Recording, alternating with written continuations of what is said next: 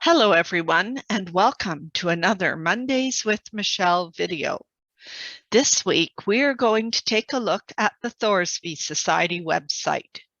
Founded in 1889, this historical society has, over the years, gathered a large number of documents and photos relating to Leeds and the surrounding area. Let's get started. When I used to go visit the Salt Lake City Family History Library, when I would be looking on their bookshelves, I would see shelf after shelf of these hard copy books published by the Thoresby Society, and they'd just be labeled like Volume 1, Volume 2, Volume 3. And what the society has done over the years, because the society itself was founded in 1889, they have published transcripts of all kinds of documents, including parish registers for Leeds and the surrounding area. So there is a wealth of information, and a lot of it has been digitized. So this is what I wanted to show you today. So if we look at their website, and we're on the home page. The way it's set up, you have your table of contents, clickable table of contents on the left here. So let's go straight to the archives link. And you'll notice we have some other options. So there's the actual manuscript collection, this MSS collection. They do have maps. There are map images that you can look at, title abstracts, lantern slides, various other things. But we'll start with the manuscript collection. And the way it is organized is in boxes, and I'm thinking this probably equates to the physical boxes that they have all the information stored in. So you can either click on a box and scroll through those details, or you can just scroll through the entire list. What you can also do is search. So if on your browser, I'm using Microsoft Edge. So if I click on these three little dots at the top right corner of my browser and go to Find on Page, on a PC, the shortcut for most browsers is Control F for Find. I get this lovely little search field. So I probably spent about an hour manually scrolling through before I thought to try the find feature. But if we search, for instance, on the word bastard, we have 21 instances of that word. So right here, you can see there are 21 occurrences. And if we take a look at what it's highlighted in here, these are different entries for documents. So in this one, it's a statement about his place of legal settlement. So this might have been to do with someone wanting to settle in an area, or like a removal order or settlement examination. So it says he was born a bastard in Castle Cannock and served his term as parish apprentice. So there's a lot of valuable genealogy information in here. There are also indications like this one. It's a judgment in 1801 about the responsibility for the bastard child. So it's giving details of the case. Here's another one: order to the constables to bring Stephen Wainwright, who's supposedly the father of her unborn bastard child. So I thought that was interesting. So after searching on Bastard, I thought, I wonder if they have any wills. And they do. There's all kinds of information for different wills that they have in their records. And I thought, well, let's search on baptism. And again, we've got different registers. We have baptism certificates listed. And what's nice is their catalog gives a lot of details so that you can easily see what information is listed. Now, if you find that it's a little bit awkward reading the text, if it's a bit small, the other thing I did, and I'll just show you, if you click at the beginning, and then I just scrolled all the way down, and on a PC, if you do Shift and then click right at the end, it highlights everything in that list. What I then did was copied it. So I did copy. And then I just brought up a Word document, blank Word document, and pasted the information in. And you get something like this. So the nice thing is I can now use Word's find capability and search.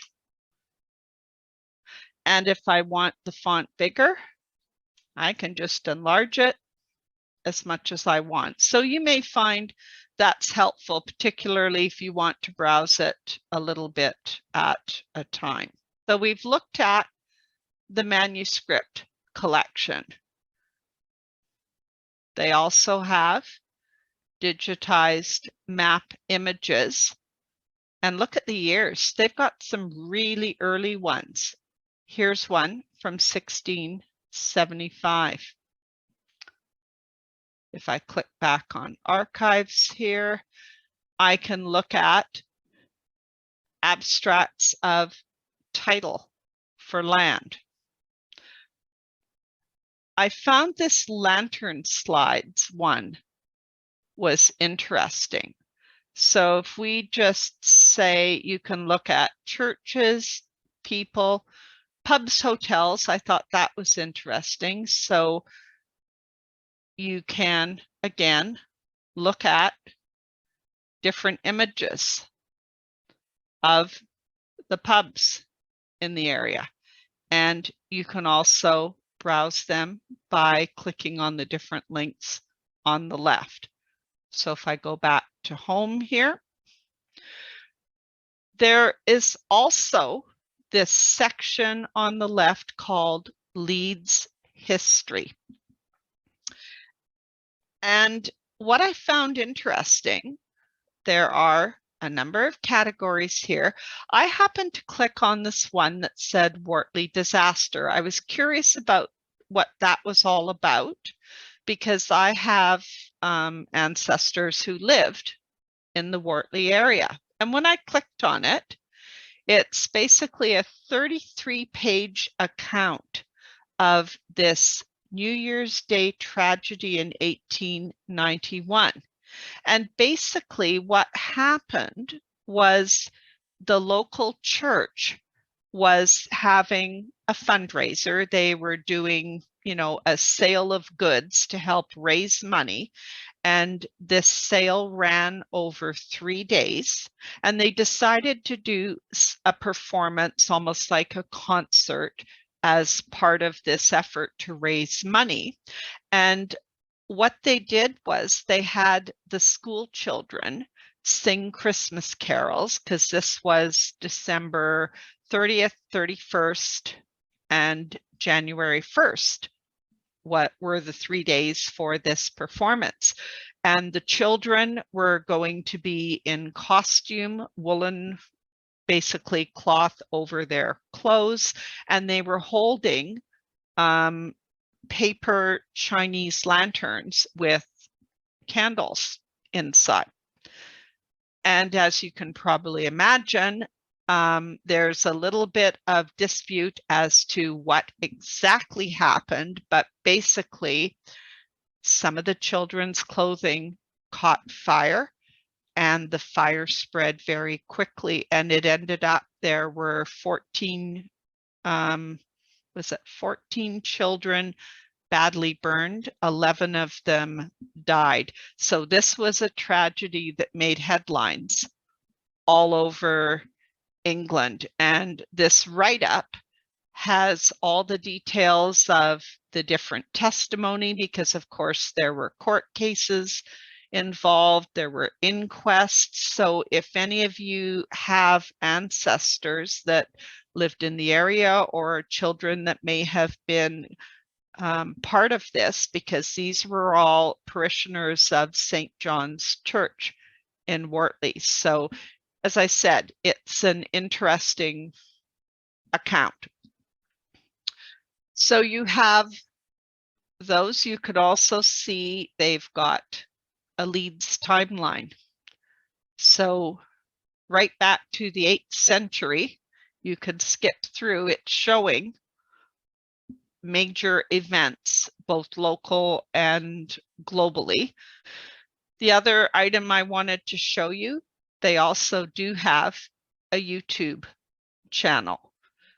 And these are the different videos, different presentations. Clicking on one will take you right to that particular item on their YouTube channel. Now, one of the items I wanted to mention, they have a publications link here. And there is an index. There's both a general index by topic, and there is a specific volume index. So what I did, I was just looking through the general index to see what they had, and I'll just pull it up. I've got it set up as a separate tab here. And I went to the section, I believe it was under Leeds, and I went scrolling through, and buried in all of these Leeds entries is this one for the workhouse. And I thought, well, that's interesting. I'll click on that. And it gives me details about what's in this item. And if you scroll down to the bottom, notice it says full scan on archive.org.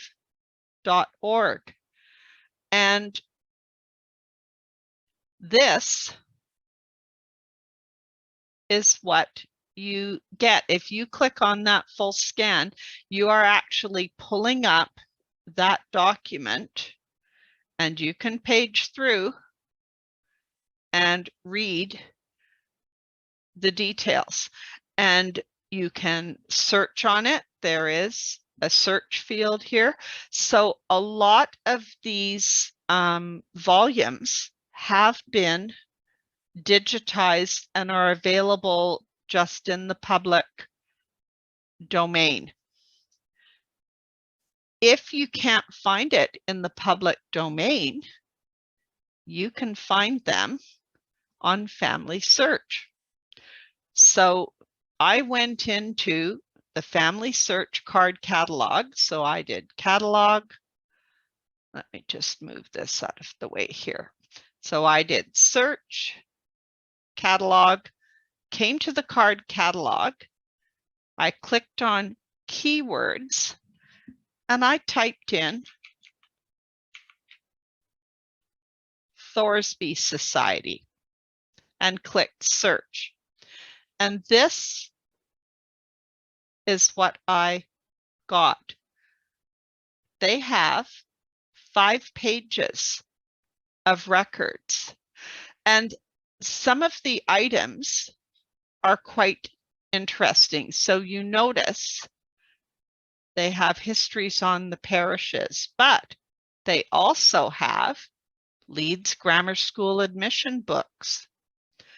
They have Parish Registers. And I'll just show you a few of those items. This is information on Methley. And what this is showing, if I just enlarge it, these are wills. They have transcribed wills or taken extracts from wills. In this next tab, this is Parish Register of Adel. And notice this is the volume 5, a transcript of that parish register from 1606 to 1812, published by the Thoresby Society. And you can actually view a digital version, or you can just click on the camera icon here, either way.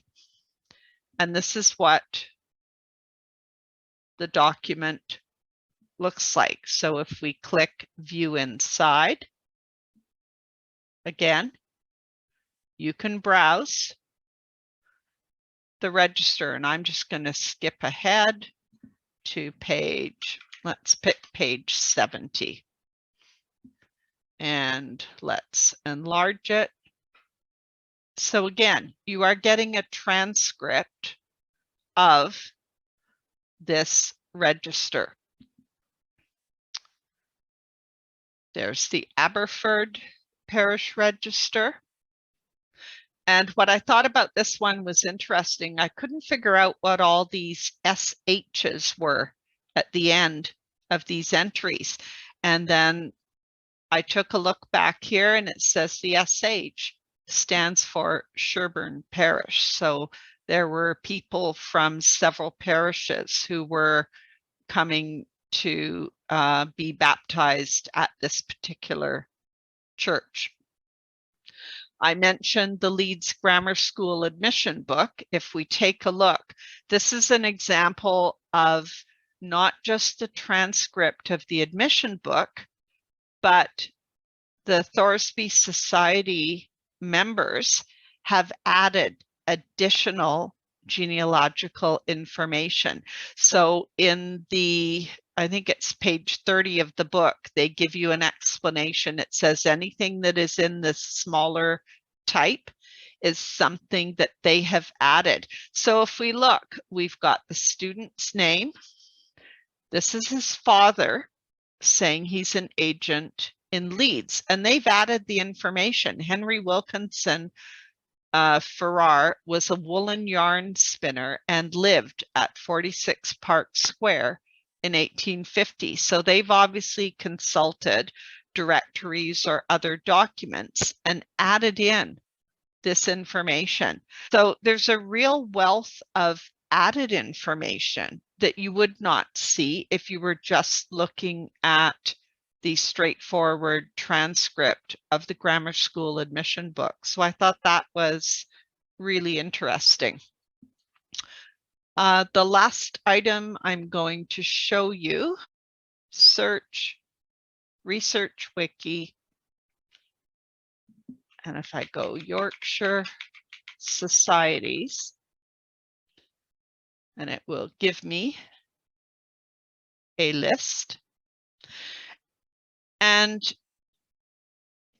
if you scroll down, you do find Thoresby Society, but I will give you a link to this page in the handout because I think it's really handy to see the master list of all societies.